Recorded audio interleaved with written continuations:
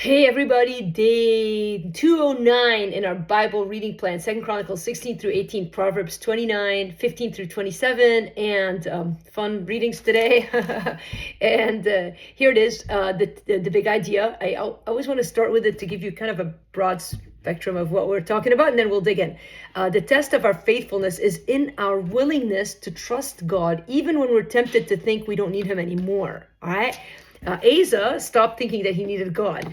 And so instead of turning to God later in his years, as he became more successful, he sought the help of the king of Syria, and that did not turn out well for him.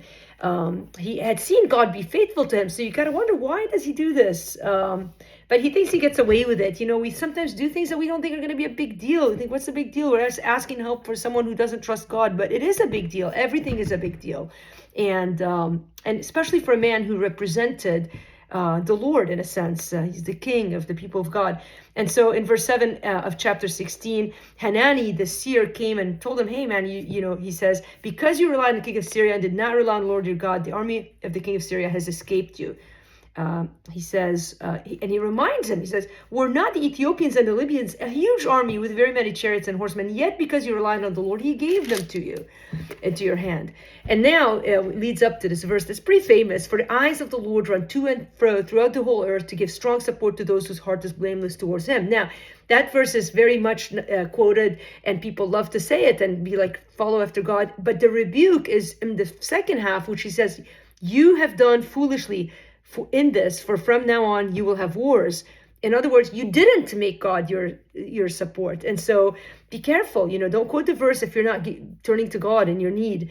And so later even at the end of his life, he became even more disastrous, Asa, which is sad. He became diseased in his feet. He didn't turn to the Lord. And there's a little thing where he says he inflicted cruelties upon some of the people. So did not end well. I don't want to finish badly. I'd rather start badly and finish well than the other way around, or really start well and finish well is the ideal situation. Then we moved into Jehoshaphat, who is an amazing king. But again, he has some moments where he needs to learn and he needs to grow.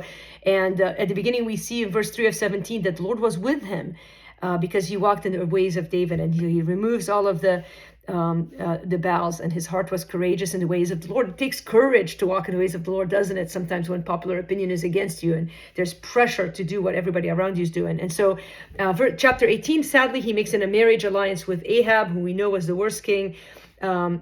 And then there's this whole story where he goes to war, and they inquire of a prophet, and Ahab wants to hear what Ahab wants to hear, whereas Jehoshaphat has some sense of wisdom and conscience, like, bring me someone who speaks the word of the Lord. And even when Micaiah sort of tried to say the same things, as sort of like be like he knew they didn't have the heart to hear him. Even then, Jehoshaphat has the wisdom to know that Micaiah wasn't speaking the truth. So when Micaiah finally says, "Okay, here is indeed the word of the Lord. Don't go to war. It's going to be bad. The king Ahab's going to die."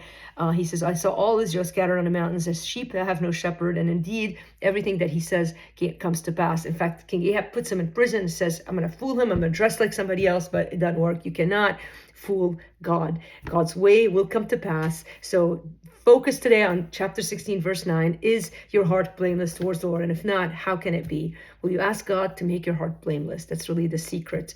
Rely on God, turn to him in your need, and you'll see him come through for you. Love you guys.